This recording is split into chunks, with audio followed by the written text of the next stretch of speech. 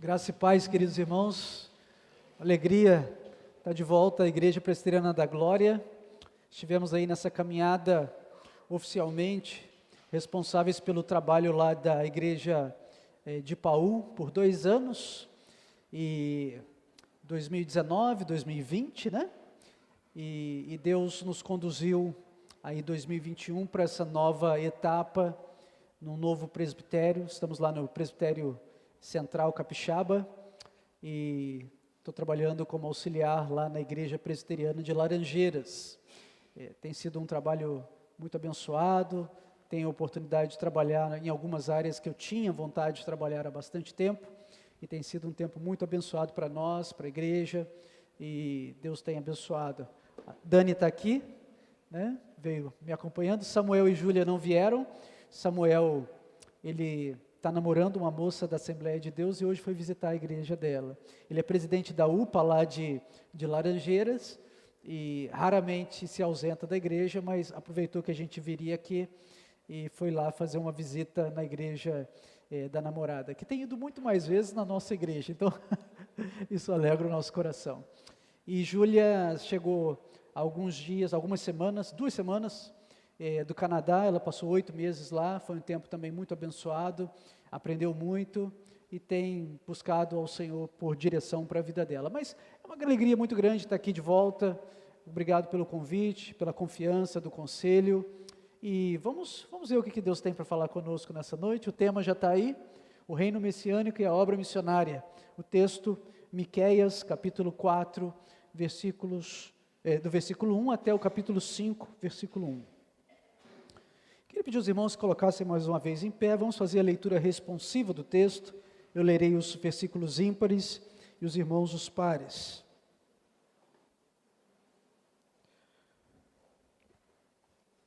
Eu estou estranhando o púlpito aqui, já estranhei na água, já estranhei aqui. É púlpito novo, né? Está bonito, parabéns. Mas eu vou demorar um pouquinho para me acostumar, né? Vamos lá, irmãos. Eu lerei os ímpares, os irmãos os pares. Mas nos últimos dias acontecerá que o monte da casa do Senhor será estabelecido no cimo dos montes e se elevará sobre os outeiros, e para ele afluirão os povos.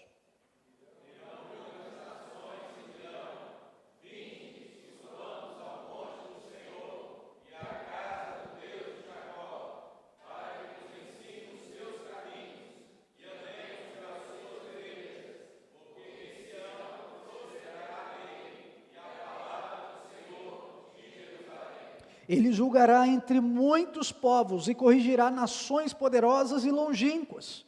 Estes converterão as suas espadas em relhas de arados e as suas lanças em podadeiras. Uma nação não levantará espada contra outra nação, nem aprenderão jamais a guerra.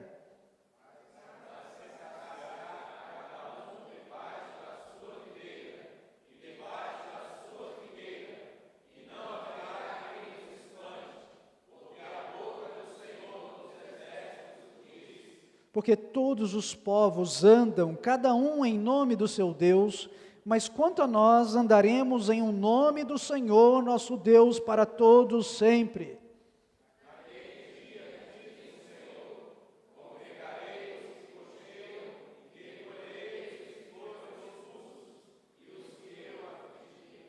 Dos que cocheiam farei a parte restante, e dos que foram arrojados para longe, uma poderosa nação.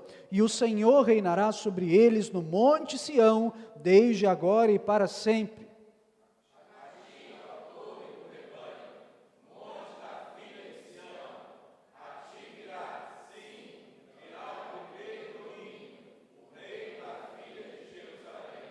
Agora, por que tamanho grito?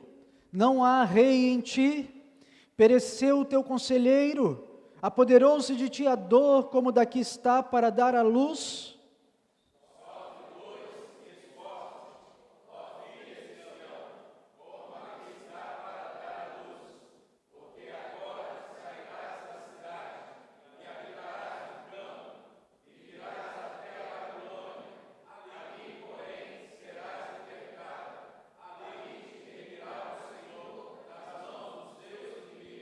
Acham-se agora congregadas muitas nações contra ti que dizem: seja profanada e vejam os nossos olhos o seu desejo sobre Sião.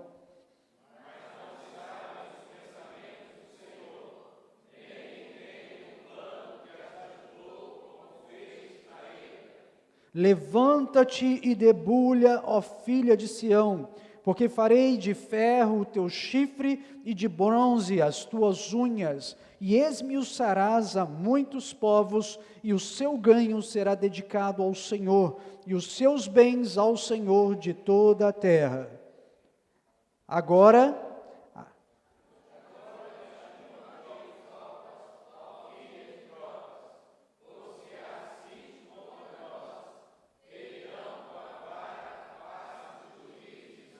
vamos orar. Pai, muito obrigado mais uma vez pela leitura do Teu livro santo. Muito obrigado pela Tua palavra que é luz para os nossos pés, lâmpada, Senhor, para os nossos pés, luz para os nossos caminhos. Muito obrigado porque o Senhor não nos deixou órfãos, o Senhor nos deu o Teu Espírito para nos ensinar todas as coisas. E o Teu Espírito tem nos acompanhado, tem nos aberto os olhos, tem nos santificado para Ti mesmo. Muito obrigado pelos presentes, pelos benefícios da salvação, e obrigado porque esta noite é parte do Teu decreto eterno, ó Deus, na direção daquilo que o Senhor mesmo tem determinado já para a Tua honra e para a Tua glória. Louvado seja o Teu nome, fala ao Teu povo, e que isso contribua para o seu bem e para a expansão do Teu reino, em nome de Jesus, amém. Podemos assentar, irmãos.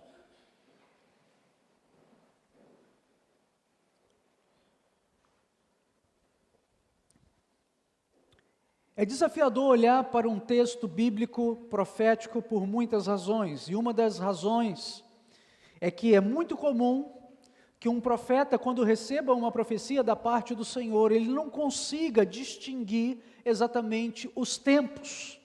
E muitas vezes nas Sagradas Escrituras, quando nós vemos um texto profético, nós precisamos nos deparar com a realidade de um profeta que não enxergava as coisas como nós enxergamos hoje. Muitas das coisas que nós vemos no texto são coisas que já aconteceram, coisas que estão acontecendo, mas que aquele profeta ainda estava muito distante, ainda estava provavelmente no futuro para aquele profeta. E o profeta Miqueias é um bom exemplo disso.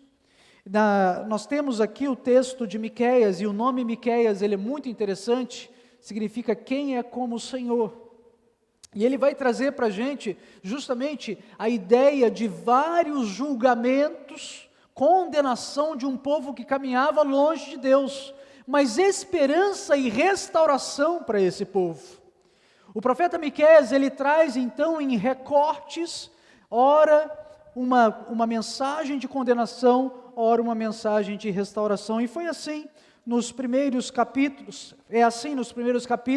quando ele falava, apresentava as declarações de julgamento e de condenação do seu povo. Precisamos lembrar que Miqueias, ele é contemporâneo de Isaías, inclusive os primeiros versículos do capítulo 4 são quase idênticos aos primeiros versículos do capítulo 2 de Isaías, e eles viviam em épocas semelhantes, numa época onde o reino do norte estava se desfacelando, estava sendo ocupado pela Assíria, estava sendo destruído pela Assíria, estava sendo exterminado, e o reino do sul caminhava na mesma direção do reino do norte, após a coalizão que houve entre Josafá no sul e a família de Acabe do norte. O reino do sul, que costumava ser mais fiel ao Senhor, começou paulatinamente se afastando do Senhor. Alguns avivamentos vieram, né, e esse período aqui foi um período onde eles testemunharam de alguns desses avivamentos, mas o fato é que a mensagem contra o povo de Deus estava presente. Mas o fato é que o capítulo 4 é mais uma imagem da restauração futura do reino de Deus.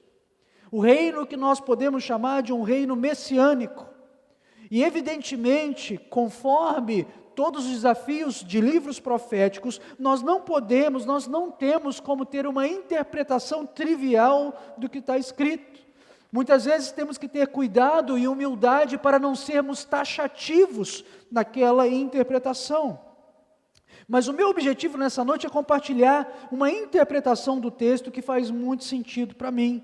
E com muita humildade, sabendo que existem outras possibilidades, entender o que esse trecho tem a dizer. Focar na nossa realidade como povo de Deus hoje no Brasil, uma comunidade que também anseia pela completude do reino messiânico, um reino que já se manifestou com a vinda de Cristo, mas que há de se completar, há de alcançar a sua plenitude. E no momento vivemos este caminhar dentro da história, onde esse reino está se manifestando e está se completando. E o impacto disso para a nossa vocação missionária como igreja. E aí eu queria expor para os irmãos, na minha opinião, o texto se organiza da seguinte maneira. E aqui falando desses recortes de momentos que cronologicamente você não consegue colocar todos em ordem, mas você pega um texto desse e consegue então discernir. A imagem profética que temos diante de nós é de um reino messiânico registrado dos versículos 1 a 4. E esse reino messiânico tem flashes que conduzem à sua consumação, incluindo aí um período de apostasia e restauração do remanescente fiel, dos versículos 5 a 8, o tratamento de Deus no exílio babilônico e a oposição ao reino de Deus em todas as eras, mas a vitória definitiva do Messias, do Senhor, dos versículos 4, 11 a 5, 1. Vamos começar então a falar, não pela manifestação, a consumação do reino messiânico, vamos começar pelos flashes que conduzem à consumação do reino messiânico. E o capítulo 3 vai nos falar que esses eventos, eles são muito interessantes. O capítulo 3, versículos 12, nos diz: portanto, por causa de vós, Sião será lavrada como um campo, e Jerusalém se tornará em montões de ruínas, e o monte do templo uma colina coberta de mato. A primeira visão que nós temos, quando falamos da restauração de todas as coisas, a consumação do reino messiânico, é que ele começa com grandes dificuldades. Viriam dias de grande destruição para Jerusalém, assim como logo depois desses dias de sofrimento e abandono de Jerusalém, é prometido aqui no nosso texto que Deus vai estabelecer esse mesmo lugar que havia sido trilhado e destruído, haveria de estabelecer ali o seu reino. E aí nós vemos 3 flashes do restabelecimento do reino. Primeiro flash é o flash da apostasia e a restauração de um remanescente fiel, apresentado dos versículos 5 a 8, porque todos os povos andam, cada um em nome do seu Deus, mas quanto a nós, andaremos em o nome do Senhor nosso Deus para todo o sempre.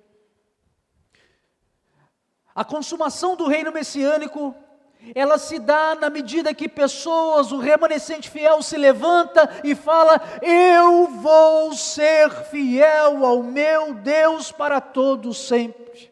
É a restauração de pessoas regeneradas. O versículo 5 nos mostra esse ponto de partida da intervenção divina na história. No meio de uma cultura idólatra, promíscua, adúltera, Deus levanta um povo para mostrar a sua glória. E a restauração de todas as coisas conta com esse povo. Da perspectiva do remanescente, eles olham para a realidade idólatra que os rodeiam e assumem um compromisso. Quanto a nós, andaremos em o nome do Senhor, nosso Deus, para todo sempre. Queridos irmãos, essa é apenas a perspectiva humana. O homem reagindo e assumindo um compromisso com o Senhor, mas existe uma outra perspectiva, que não é baseada apenas naquela manifestação humana, é a perspectiva do próprio Deus. O próprio Senhor intervém na história. jurando: congregarei. No versículo 6, naquele dia, diz o Senhor, congregarei os que cocheiam, e recolherei os que foram expulsos e os que eu afligira. Dos que cocheiam farei parte restante dos que foram arrojados para longe, uma poderosa nação. E o Senhor reinará sobre eles no monte Sião, desde agora para sempre.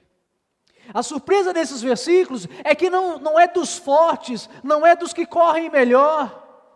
A surpresa nesses versículos não é dos que eram fiéis, foram aqueles que foram feitos fiéis, pela intervenção soberana do Deus Altíssimo.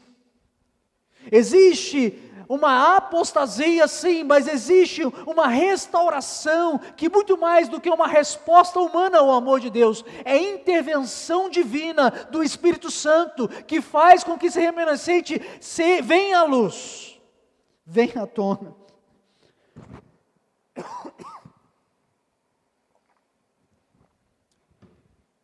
Nós estamos vendo isso nesses dias. Nós estamos testemunhando isso nesses dias. Um remanescente fiel, que se levanta a despeito de todas as coisas. Pastor, por que é tão grave as nossas circunstâncias? Por que nós vemos tanta violência?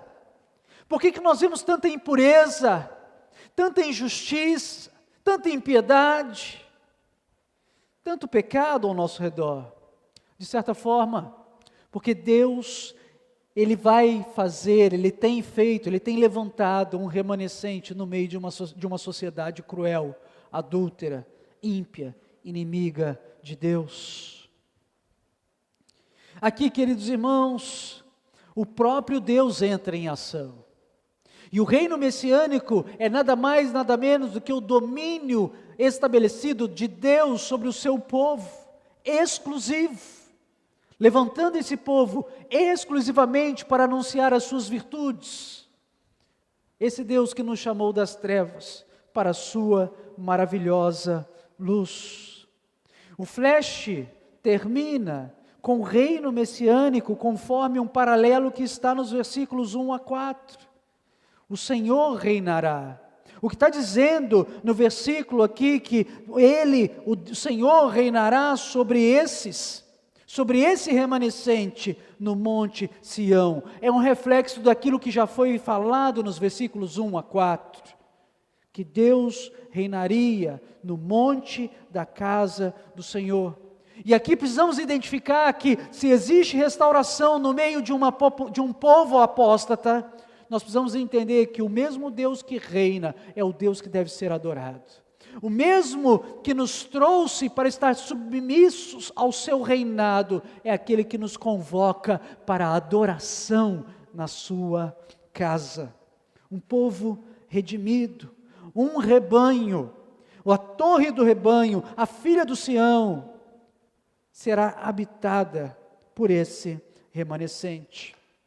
O segundo flash que nós vemos do processo que restaurará, que consumará o reino messiânico, é o tratamento de Deus no exílio babilônico. Os versículos 9 a 10 falam sobre isso. O versículo 9 começa com o cerco de Jerusalém, da sua destruição e da destruição do rei.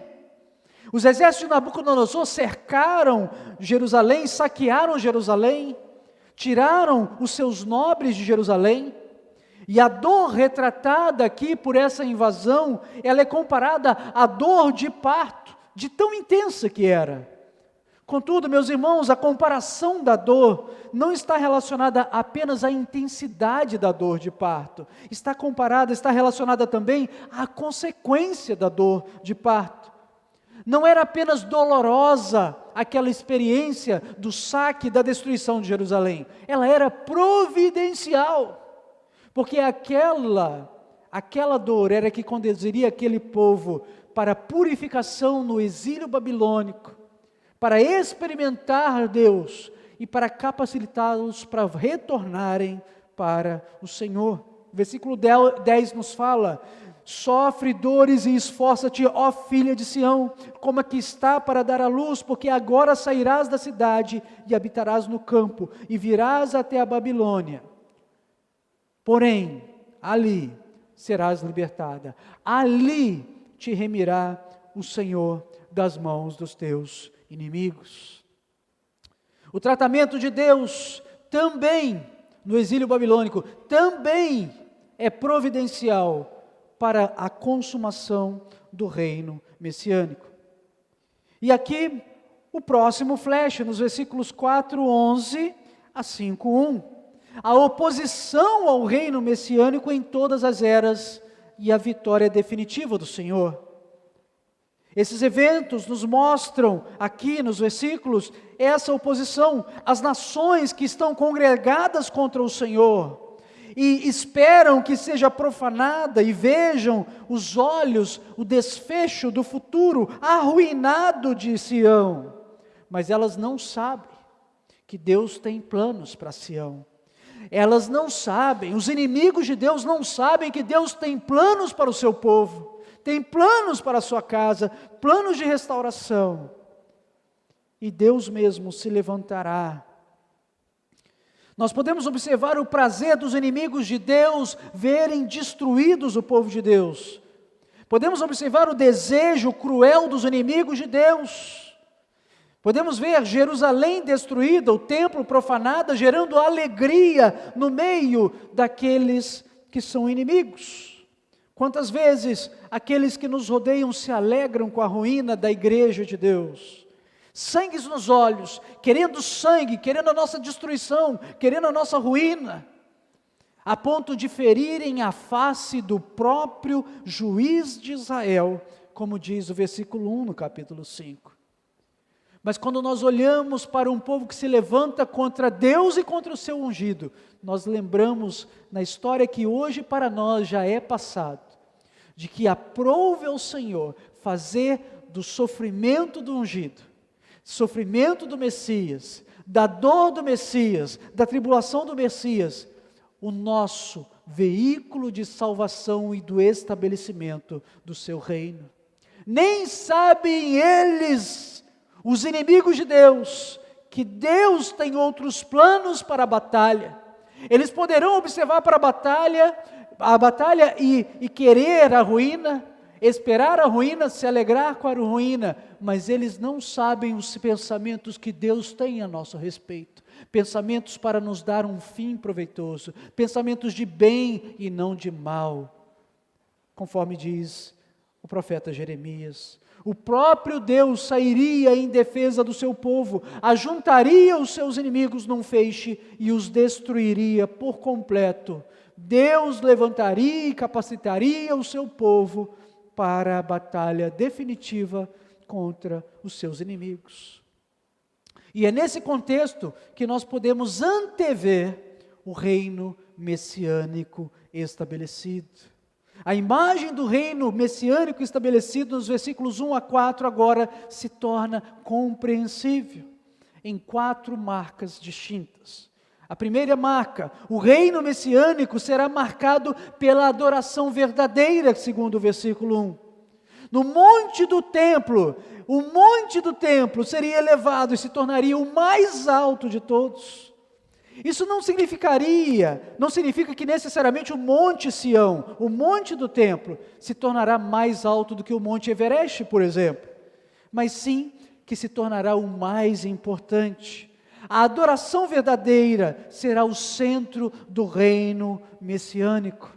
É significativo, irmãos, lembrar que quando as 10 tribos do norte se separaram das tribos do sul, a primeira providência que Jeroboão, o reino que provocou, o desertor que provocou a separação dos reinos, ele fez foi colocar 2 locais de culto no reino do norte, para impedir que o povo do reino do norte se voltasse para Deus e se voltasse para o reinado do sul. Implementar a idolatria é a primeira grande estratégia para a destruição do povo, para a destruição do reino. Mas a restauração da adoração verdadeira é a primeira intervenção divina na história, para que o reino messiânico seja estabelecido. O reino messiânico é marcado pela adoração verdadeira. Isso nos faz lembrar a experiência de Jesus junto àquele poço de Jacó com a mulher samaritana. E depois que a mulher percebe que Jesus estava falando de coisas espirituais e não de coisas materiais, ela começa a se ligar em questões espirituais e fala: Senhor, tudo bem, eu estou vendo que o Senhor é um profeta. Olha, nós estamos aí para receber a visitação do Messias e a gente sabe que na consumação de todas as coisas, os judeus falam que o Deus será adorado em Jerusalém, o nosso povo já fala que será aqui em Samaria. O que o Senhor fala? E o Senhor Jesus fala: olha, vem a hora e já chegou, que os verdadeiros adoradores adorarão a Deus em espírito e em verdade. Em espírito e em verdade. A primeira marca do reino messiânico é a adoração verdadeira. A segunda marca do reino messiânico é o avanço e o sucesso missionário. A adoração verdadeira que estava limitada ao povo de Israel seria ampliada entre todas as nações, e é isso que nós vemos aqui nesses versículos. Os povos irão a Jerusalém, e o verbo hebraico usado aqui é para essa ideia de que os povos fluirão como um rio para Jerusalém. Não apenas o remanescente fiel retornará para Jerusalém para adorar, mas as próprias nações viriam e adorariam e diriam: vinde, subamos ao monte do Senhor e à casa de Deus de Jacó, para que nos ensine os seus caminhos e andemos pelas suas veredas, porque de Sião procederá a lei e a palavra do Senhor de Jerusalém. Ao invés do povo de Deus ser seduzido pela idolatria, o reino messiânico seria marcado por um mundo que seria atraído à verdadeira adoração pela palavra, pela pregação da palavra do Senhor. O motivo pelo qual os povos devem ir a Jerusalém é porque a lei de Deus, a palavra de Deus, os caminhos de Deus, as veredas de Deus seriam ensinados em Jerusalém. E isso é que faz os povos quererem ir para lá, pois eles querem andar nos caminhos do Senhor. A terceira marca do reino messiânico é que ele será um reino de justiça e paz. Conforme o versículo 3, ele julgará entre muitos povos e corrigirá nações poderosas e longínquas. Estes converterão suas espadas em rilhas de arados e suas lanças em podadeiras. O resultado do estabelecimento de tal justo e poderoso tribunal é que as guerras acabarão. As armas serão transformadas em ferramentas de trabalho e de produtividade, e as nações não mais precisariam aprender a arte da guerra, porque haveria paz. Quando Calvino comenta esse versículo, ele diz que não se trata apenas da extinção das guerras entre as nações, mas entre grupos de pessoas e entre até indivíduos. A pregação da palavra e a conversão dos corações geraria uma nova disposição pacífica. Não apenas uma disposição pacífica para evitar o mal, mas para praticar e promover o bem. Não apenas destruiriam as espadas e as lanças, elas seriam transformadas em relhas de arado e instrumentos de agricultura.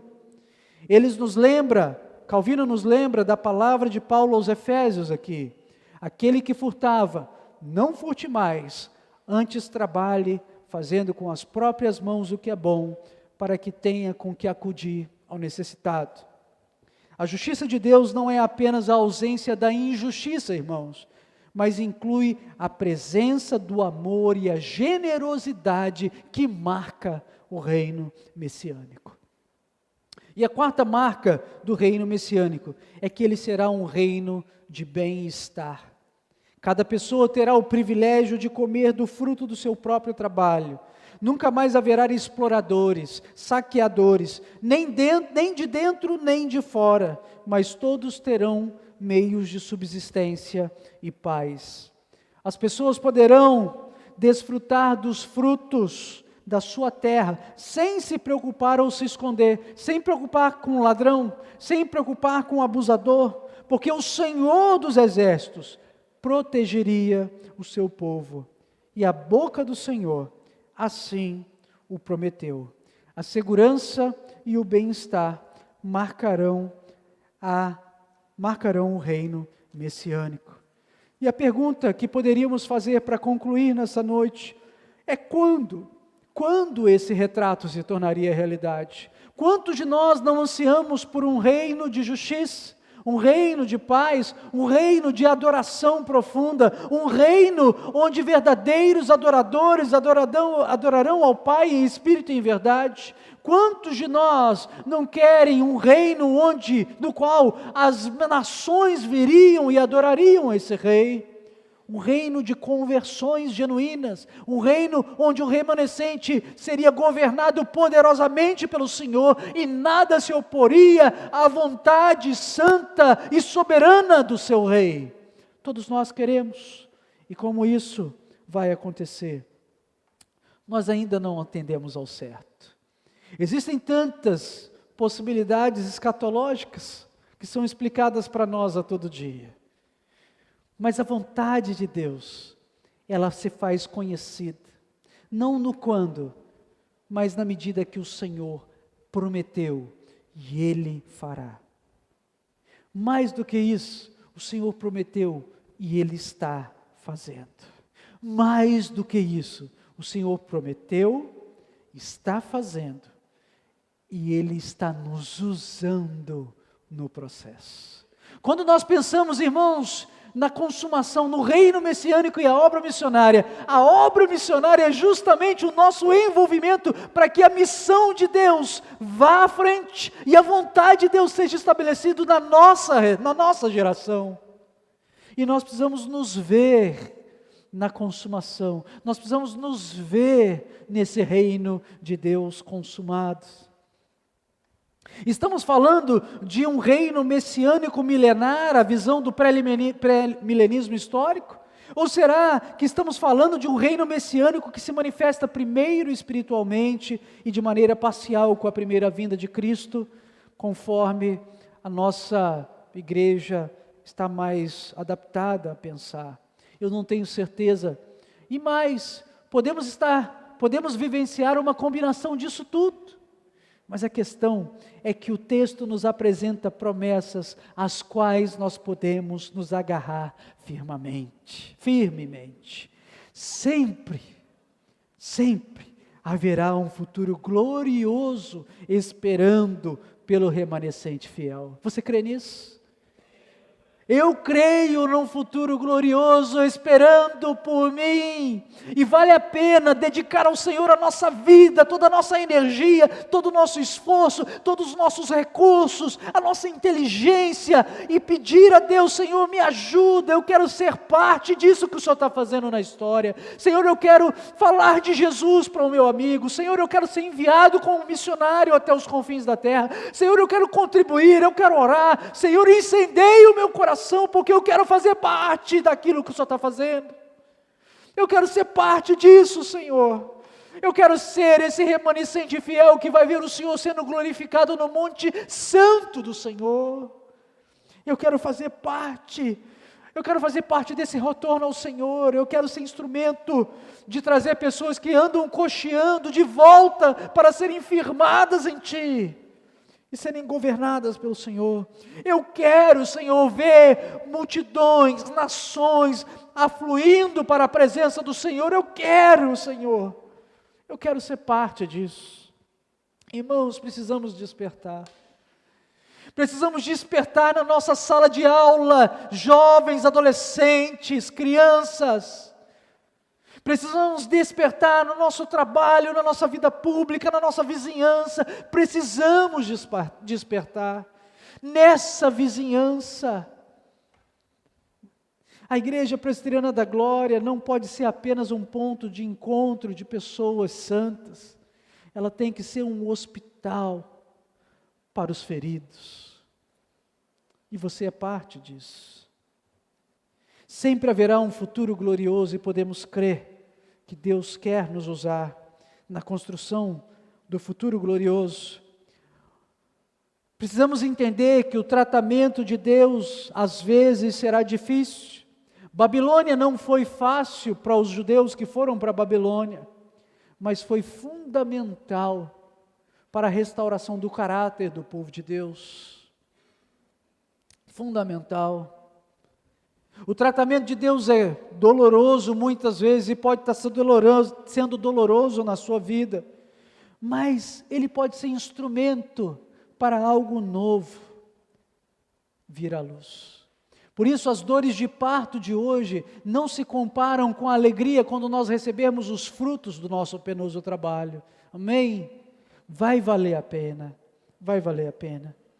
Sempre enfrentaremos oposição, não podemos ser ingênuos aqui, sempre enfrentaremos oposição. Não é só o pastor Osni que enfrenta oposição, não é apenas o pastor Giancarlo que enfrenta oposição, não é apenas os nossos irmãos que são enviados para outros campos, que vão para o Nordeste. O povo de Deus, quando vive infidelidade, enfrenta oposição. Nós devemos estar preparados para isso. Os inimigos da obra de Deus terão sempre maquinando o mal. Estarão às vezes no nosso meio, mas o Senhor tem planos de vitórias para nós. O Senhor tem planos de vitórias para a sua obra. E o Senhor completará a boa obra que Ele já começou. Devemos ser desafiados a viver essas marcas do reino messiânico hoje, irmãos. A adoração verdadeira precisa ser parte da nossa vida. É muito gostoso estar na igreja, cantar cânticos, mas os verdadeiros adoradores não se limitam ao culto na igreja. Adorar a Deus não é apenas cantar cânticos ao Senhor. A ideia de adoração nas Sagradas Escrituras não é uma ideia específica de cantar coisas ao Senhor. A adoração nas Sagradas Escrituras significa submissão, obediente a Deus e humilhação, obediente ao Senhor. Adoração verdadeira, intrepidez missionária, a justiça e paz sendo promovida por cada um de nós, o descanso em Deus, sabendo que Ele é a nossa rocha e o nosso baluarte. Esse texto fala de tudo isso. E o reino messiânico precisa ser vivido hoje por nós, porque ele já começou. Ele vai ser consumado, mas ele já está presente. Amanhã começamos o mês de agosto, mês de missões na Igreja Presbiteriana do Brasil. Eu sei que essa igreja é uma igreja sempre missionária. Mas mais uma vez inauguramos um mês para lembrar da nossa vocação missionária, lembrar das promessas que o Senhor já fez para nós e lembrar do nosso papel na consumação desse reino.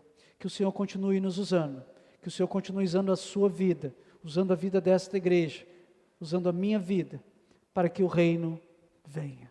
Em nome de Jesus. Amém?